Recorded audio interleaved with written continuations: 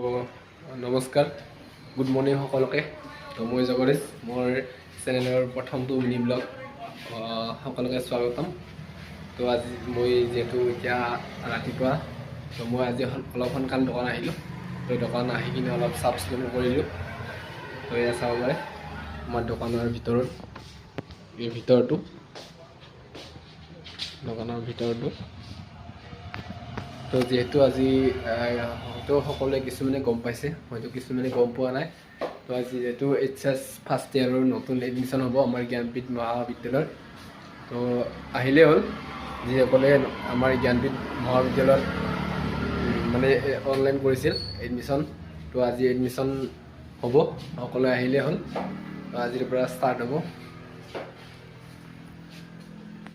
আমাৰ অলপ দেৰিকৈ ষ্টুডেণ্ট আহিব।